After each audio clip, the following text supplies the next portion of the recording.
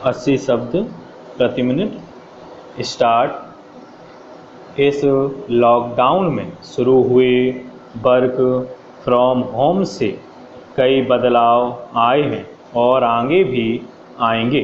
इससे लाइफस्टाइल से लेकर काम के तरीकों, नतीजों और कंपनियों में कई चीज़ें बदलेंगी। इससे पहले ही व्यायाम कई रूपों में जैसे योग, ध्यान या जिम में कसरत के तौर पर दिनचर्या का हिस्सा बनने लगा है। जो हॉबीज़ पहले चीख चीख कर समय मांगती थीं, उनके लिए अचानक काफ़ी समय मिलने लगा है। लेकिन जो सबसे महत्वपूर्ण फ़ायदा उभर कर आया है वो है परिवार के साथ बिताए जा रहे खुशनुमा पल, जिस पर हम पहले ध्यान नहीं दे पा रहे थे।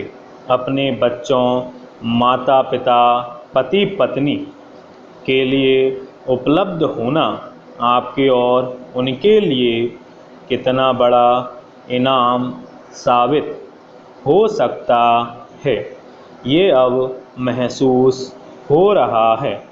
वो संस्था जो इस परिस्थिति से उबरने के लिए बाध्य हो गई है, उनके लिए घर से काम करने की व्यवस्था एक अवसर भी बन रहा है।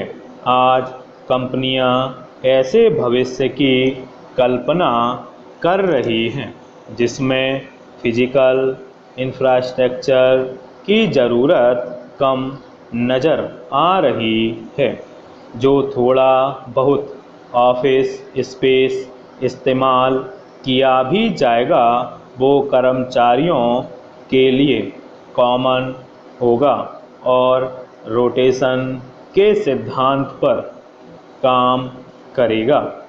और इस तरीके से जल्द ही कई कंपनियों को यह एहसास हो जाएगा कि उनके पास ज़रूरत से ज़्यादा रियल एस्टेट हैं, जिसे कम करके खर्च को कम किया जा सकता है।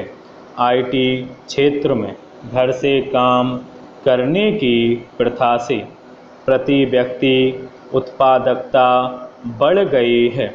इतना ही नहीं, कंपनियां पूरी दुनिया से टैलेंट हायर कर सकती हैं, क्योंकि काम करने के लिए लोकेशन अब महत्वपूर्ण नहीं है।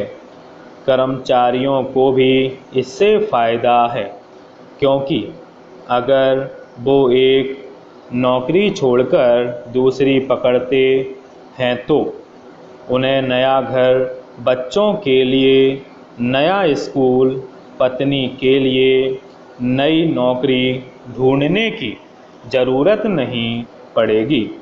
ये बड़ी ही मज़ेदार संभावना है, क्योंकि कंपनियों में विविधता बढ़ाने में इस व्यवस्था से मदद मिलेगी। महिलाएं और अधिक संख्या में स्वावलंबी होने की कोशिश करेंगी, ख़ास तौर पर ऐसी महिलाएं जो घर की जिम्मेदारियों की वजह से कैरियर का बलिदान देने पर मजबूर थीं।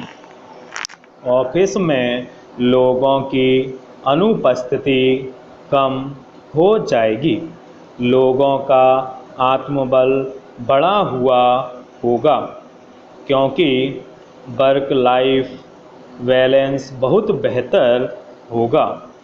यहाँ प्रश्न उठता है कि घर पर काम करने की व्यवस्था को पूरी तरह से अपनाने में क्या अड़चन है। कुछ कारण हैं, जैसे व्यापार की सफलता के लिए आमने सामने बैठकर की गई।